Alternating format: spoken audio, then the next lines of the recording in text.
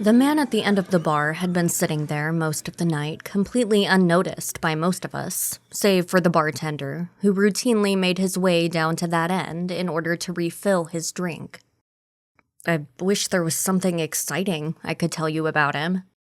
He was your typical drunk guy at a local bar, to be honest.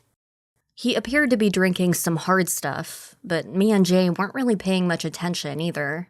We were just talking and watching the West Coast Network feed of a baseball game on the hazy television set Marv had set in the corner of the place. The same television that had probably been there since the 70s, covered in a thick coating of dust no one could coax Marv into cleaning. It made watching a game or show more like watching shadow puppets. The Nook was one of those bars you could only find in places like Chicago neighborhoods. It's located in the middle of a neighborhood, completely off the beaten path, far from the main roads. There were a lot more of these in Chicago at one time, the kind of place built just for the neighborhood. This one was unique because it was attached to a house. It was like some guy decided he wanted to have a bar in the front part of his house, so he just went ahead and built one. You know, so you could get drunk and still walk home if you really wanted to. For the serious drinker. It was the kind of place built for regulars rather than hipsters looking for craft beer. It was also a place completely free of any amenities. No music. The Nook had no karaoke nights or drag shows. There was no fancy food. You wouldn't be bringing your bachelor or bachelorette party here.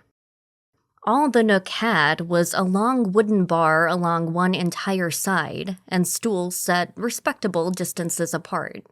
There were a few battered and beaten chairs and tables around, but they often got in the way, especially as people got more and more drunk. Bottles lined the wall and obscured an old mirror behind the bar, competing with the television in the dust department. Completing the ambience was the tiny television that had been jury-rigged by Marv with a streaming device only recently. Prior to that, all it got was the local stations using rabbit ears and tinfoil. He still hadn't bothered to clean that screen, however. Marv was a man who could put his foot down on some weird things. As for why I was there, well, it was ostensibly to hang out with Jay. In real life, however, it was because I had nowhere else to be. I lived alone, my life was alone, I worked from home. Jay was there trying to cheer me up, but it was a lost cause. I hadn't been happy in a while, but even Jay didn't know the true depths of my sadness. Most nights I stared at the ceiling in darkness, no noise save for the cars passing on the street, and tried to think why I should get up the next day. Then my dog would push her nose against me, and I'd have at least one answer. Prompted by no one, and said loudly enough to make the three of us watching the game jump, the drunken man said, "I have to go home and kill myself," as if someone had asked him what he had planned for the rest of the night. I jumped a bit, as if maybe the drunk had read my mind. Hadn't I just been thinking about limited reasons for starting a new day?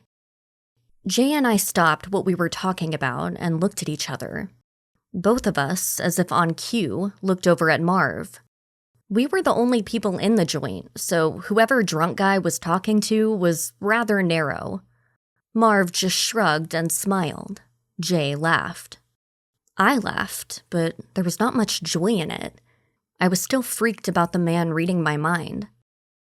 "I'm sorry, did you say something?" I asked the shriveled man while planting a smirk firmly on my face. I was trying to remain even, not crying nor laughing. The man raised his head,